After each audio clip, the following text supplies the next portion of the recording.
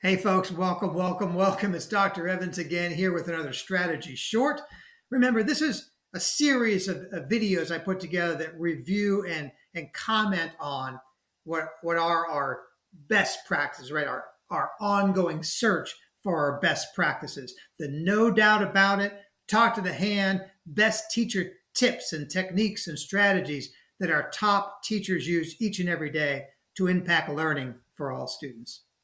Now, remember, our only goal here is for all of us to learn and grow together, to push our thinking a little bit, to maybe challenge our assumptions, and to honor and celebrate the great work that you do each and every day in our classrooms to impact learning for our children and families.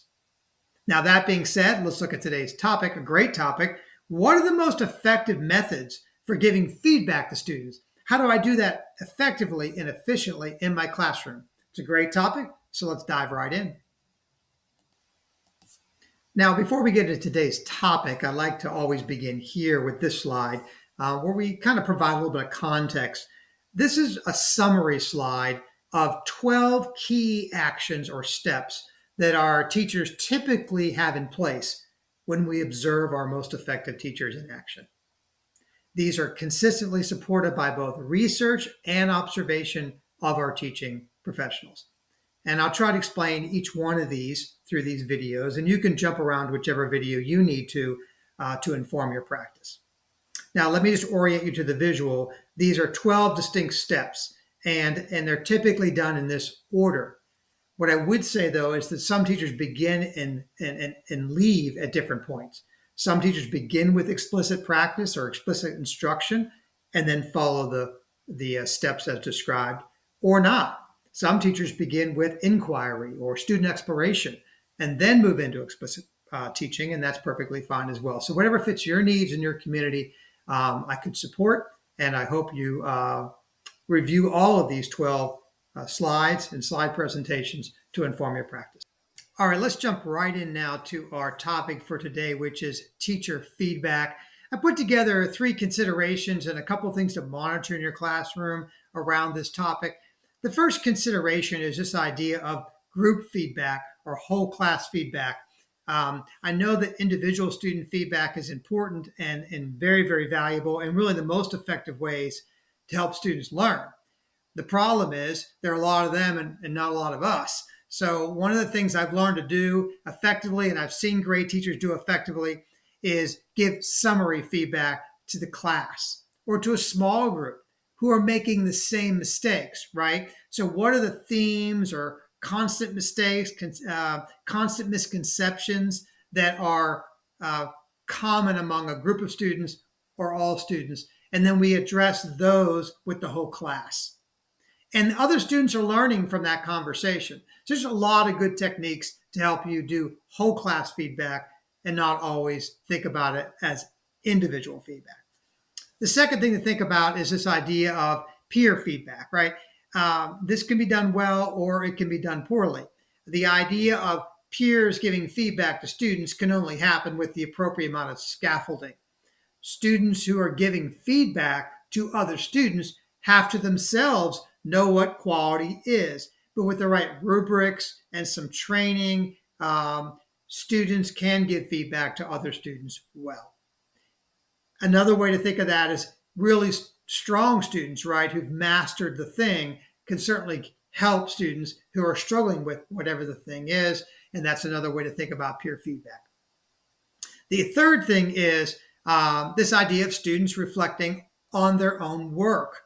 Students can review their own answers and review their own work if we've given them the right resources to do so, and that can be a critical feedback mechanism. An example of that is a self-help station, some place where students go over here, right? And they get either the answers, the right answers, or there are some examples of quality answers, and they go over to this place. They look through this folder or this resource section, unit, station, and then come back and reflect on their own work. So students can learn through that type of feedback mechanism.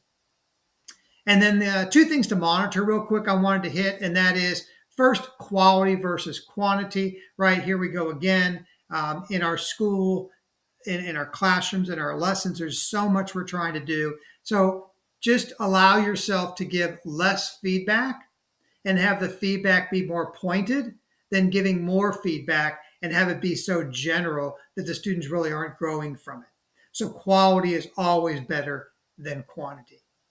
And lastly, on this idea of monitoring in your classroom, the idea of the degree of impact the students are improving, right? If students are improving in their responses, if their writing is getting better, if their mathematical computations are getting better, if their problem solving is getting better, then our feedback mechanisms appear to be working.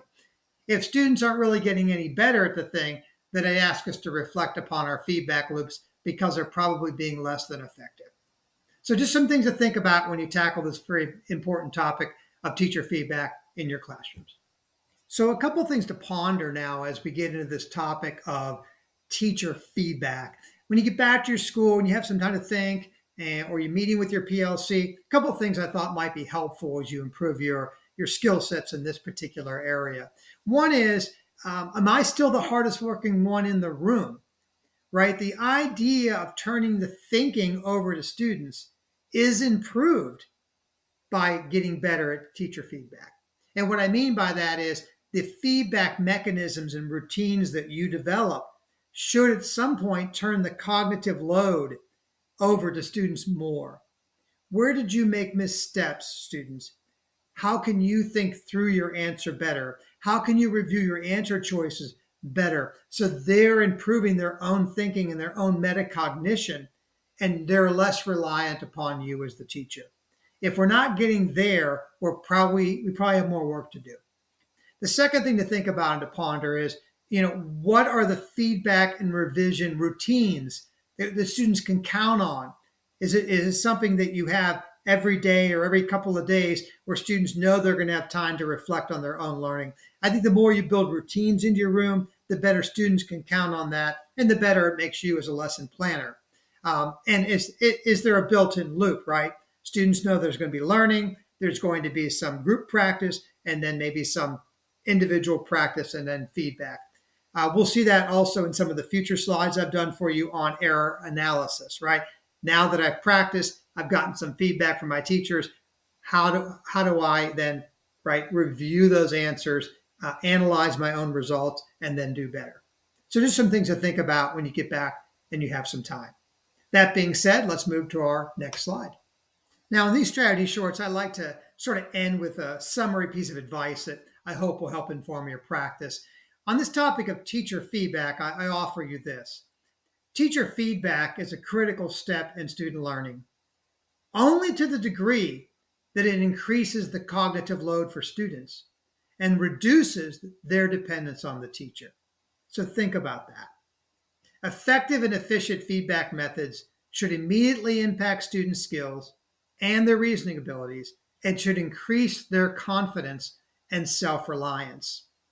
If you think about that as an endpoint, it might inform the strategies and techniques that you use to be more efficient and effective in this practice.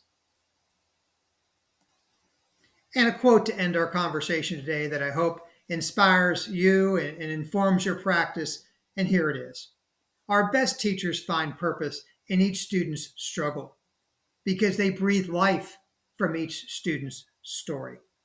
I hope you agree, and I hope that our work together today and in all these series of videos will make you a more informed instructor who reflects on their professional practice on behalf of the children and families who we serve. Thanks for being with me today. Have a good one.